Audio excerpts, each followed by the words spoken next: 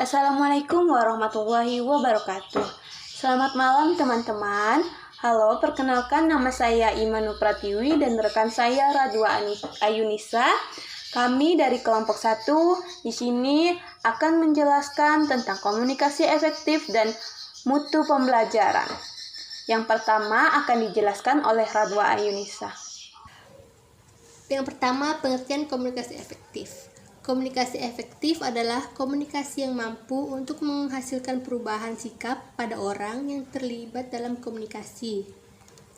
Ada beberapa pendapat para ahli mengenai komunikasi efektif. Yang pertama, menurut Jalaluddin dalam bukunya Psikologi Komunikasi tahun 2008 halaman 13, menyebutkan komunikasi yang efektif ditandai dengan adanya pengertian, dapat menimbulkan kesenangan, mempengaruhi sikap, meningkatkan hubungan sosial yang baik dan pada akhirnya menimbulkan suatu tindakan.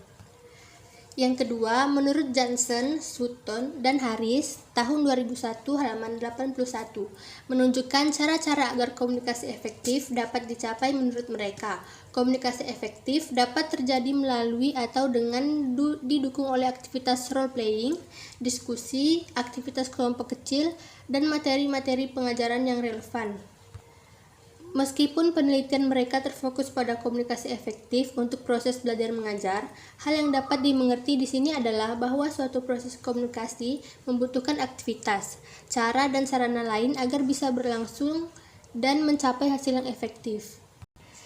Yang ketiga, menurut Larson dan Knapp tahun 2001 mengatakan bahwa komunikasi yang efektif dapat dicapai dengan mengusahakan ketepatan atau accuracy yang paling tinggi derajatnya antara komunikator dan komunikan dalam setiap komunikasi. Komunikasi yang lebih efektif terjadi apabila komunikator dan komunikan terdapat persamaan dalam pengertian sikap dan bahasa. Selanjutnya, proses komunikasi efektif. Komunikasi merupakan suatu proses yang mempunyai komponen dasar sebagai berikut, yaitu pengirim pesan, penerima pesan, dan pesan. Semua fungsi manajer melibatkan proses komunikasi. Yang pertama, pengirim pesan atau sender, dan isi pesan atau materi pengirim pesan adalah orang yang mempunyai ide untuk disampaikan kepada seseorang dengan harapan dapat dipahami oleh orang yang menerima pesan sesuai dengan yang dimaksudnya. Pesan adalah informasi yang akan disampaikan atau diekspresikan oleh pengirim pesan. Pesan dapat berupa verbal atau nonverbal, dan pesan akan efektif bila diorganisir secara baik dan jelas. Yang kedua yaitu simbol atau isyarat. Pada tahapan ini, pengirim pesan membuat kode atau simbol sehingga pesannya dapat dipahami oleh orang lain. Biasanya, seorang manajer menyampaikan pesan dalam bentuk kata-kata, gerakan anggota badan, seperti tangan, kepala, mata, dan bagian muka lainnya. Tujuan penyampaian pesan adalah untuk mengajak, membujuk, mengubah sikap, perilaku, atau menunjukkan arah tertentu. Yang ketiga, media atau penghubung. Media atau penghubung adalah alat untuk menyampaikan pesan seperti TV, radio, surat kabar, papan pengumuman, telepon, dan lainnya. Pemilihan media ini dapat dipengaruhi oleh isi pesan yang akan disampaikan, jumlah penerimaan pesan, situasi, dan sebagainya. Yang keempat, mengartikan kode atau isyarat. Setelah pesan diterima melalui indera, yaitu telinga, mata, dan sebagainya, maka si penerima pesan harus dapat mengartikan simbol atau kode dari pesan tersebut, sehingga dapat dimengerti atau dipahaminya. Yang kelima yaitu penerima pesan. Penerima pesan adalah orang yang dapat memahami pesan dari si pengirim meskipun dalam bentuk kode atau isyarat tanpa mengurangi arti pesan yang dimaksud oleh pengirim. Yang keenam yaitu balikan atau feedback. Balikan adalah isyarat atau tanggapan yang berisi kesan dari penerima pesan dalam bentuk verbal maupun nonverbal. Tanpa balikan, seorang pengirim pesan tidak akan tahu dampak pesannya terhadap si penerima pesan. Hal ini penting bagi manajer atau pengirim pesan untuk mengetahui apakah pesan sudah diterima dengan pemahaman yang benar dan tepat. Balikan dapat disampaikan oleh penerima pesan atau orang lain yang bukan penerima pesan. Balikan yang disampaikan oleh penerima pesan pada umumnya merupakan balikan langsung yang mengandung pemahaman atas pesan tersebut dan sekaligus merupakan apakah pesan itu akan dilaksanakan atau tidak. Yang terakhir yaitu gangguan. Gangguan bukan merupakan bagian dari proses komunikasi, akan tetapi mempunyai pengaruh dalam proses komunikasi, karena setiap situasi hampir selalu ada yang mengganggu kita. Gangguan adalah hal yang merintangi atau menghambat komunikasi sehingga penerima salah menafsirkan pesan yang diterimanya. Selanjutnya yaitu tahapan komunikasi efektif. Yang pertama yaitu pengirim pesan mempunyai gagasan ide. Yang kedua, pengirim pesan mengubah gagasan menjadi pesan yang dapat dipahami oleh si penerima. Yang ketiga, pengirim pesan melalui media perantara, verbal atau non-verbal, lisan atau tulisan, dan medium seperti telepon, komputer, atau memo. Baik, selanjutnya kita ke ciri-ciri komunikasi efektif. Nah, di dalam ciri-ciri komunikasi efektif itu setidaknya kita harus ada seorang komunikator. Seorang komunikator itu adalah orang yang berkomunikasi dengan orang lain, disebut juga pembawa berita atau pengirim atau sumber yang mempunyai berita tersebut. Selanjutnya, ciri-cirinya yaitu harus mempunyai pesan. Pesan adalah berita yang disampaikan oleh komunikator melalui lamping atau gerak. Selanjutnya, saluran komunikasi dalam sarana untuk menangkap lamping yang kemudian diterjemahkan dalam bentuk persepsi, memberi makna terhadap suatu stimulus atau rangsangan kepada komunikan. Selanjutnya, ciri-ciri komunikasi yaitu komunikan. Komunikan itu adalah pihak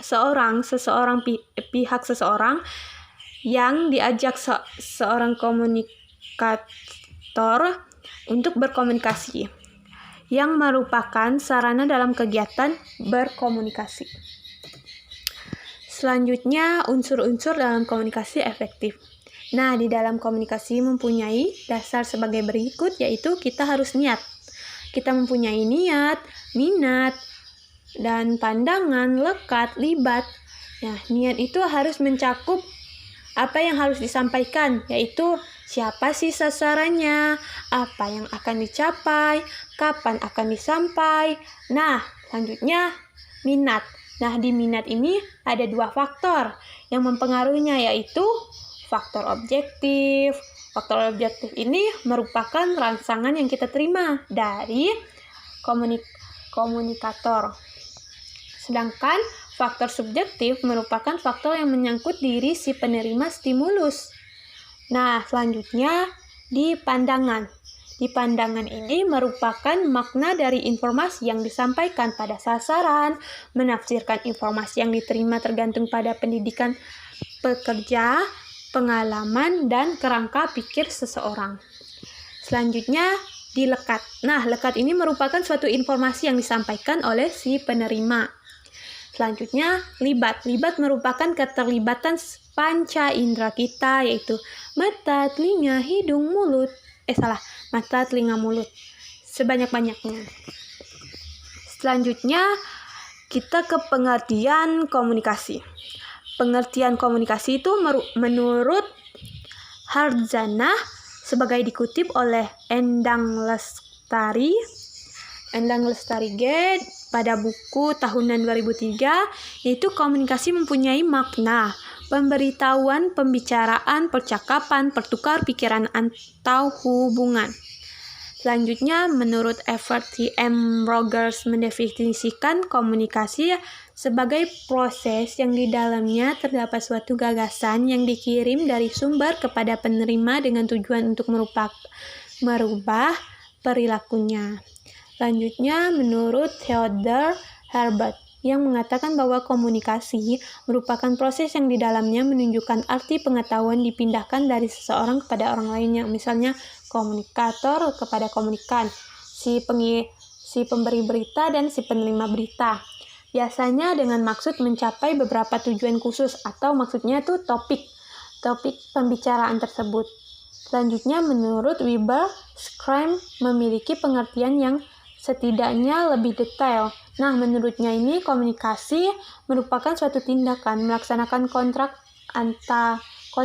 antar pengirim dan penerima, komunikator dan komunikan dengan bentuk pesan. Pengirim dan penerima memiliki beberapa pengalaman bersama yang memberi arti pada pesan dan simbol yang dikirim oleh pengirim dan diterima secara ditafsirkan oleh penerima. Nah, dari definisi yang pengertian dari para ahli tentang pengertian komunikasi, saya merangkum semua itu.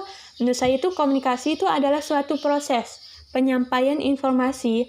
Kesuksesan komunikasi tergantung kepada desain pesan atau informasi dan cara penyampaiannya. Selanjutnya ke pengertian pembelajaran. Nah, di dalam pengertian pembelajaran ini menurut Sadim AM pada bukunya tahun 2005, dalam bukunya yang berjudul Interaksi dan Motivasi dalam Pembelajaran menyebutkan istilah pembelajaran dengan interaksi edukatif.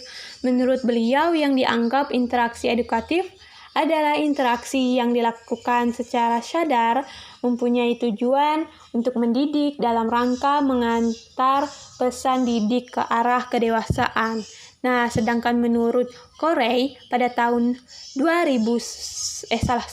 buku yang diterbitkan pada tahun 1986 halaman 195, pembelajaran adalah suatu proses di mana lingkungan seseorang secara disengaja dikelola untuk memungkinkan ia turun serta dalam tingkah laku tertentu dalam kondisi-kondisi khusus atau penghasilan respon terhadap situasi tertentu. Pembelajaran merupakan subjek khusus dari pendidik.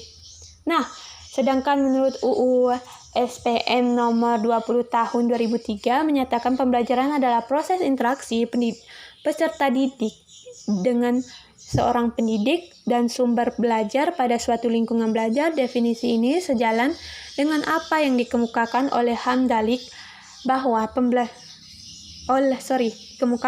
Omar Hamdalik bahwa pembelajaran adalah suatu proses yang sangat kompleks di mana di dalamnya terjadi interaksi antara mengajar dan pelajar. Proses pembelajaran aktivitas dalam bentuk interaksi pembelajaran dalam suasana interaksi edukatif, yaitu interaksi yang sadar akan tujuan arti interaksi yang telah dicanangkan untuk suatu tujuan pembelajaran yang telah dirumuskan pada suatu pelajaran. Dari beberapa definisi yang saya ambil di sini, saya menyimpulkan bahwa pembelajaran itu adalah suatu proses interaksi edukatif yang membuat peserta didik itu belajar secara aktif dan mampu mengubah perilaku melalui pengalaman belajar. Nah, pengertian komunikasi pembelajaran itu, komunikasi pembelajaran adalah suatu proses yang menyampaikan gagasan dari seorang kepada orang lain supaya mencapai keberhasilan dalam pengiriman pesan kepada yang dituju secara efektif dan efisien. Selanjutnya kita ke peran guru dalam komunikasi pembelajaran.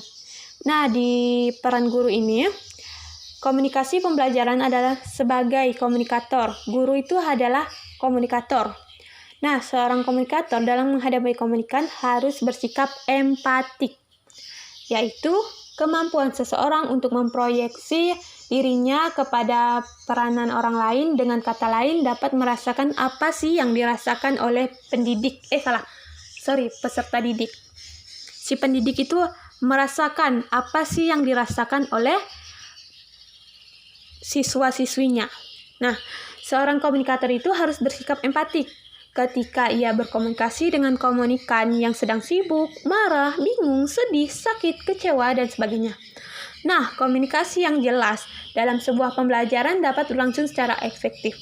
Jika kita ingin menjadi guru yang efektif itu, marilah, ayo kita sama-sama memperbaiki kemampuan kita untuk berkomunikasi kepada siswa-siswi kita yang pada setiap pembelajaran yang kita laksanakan.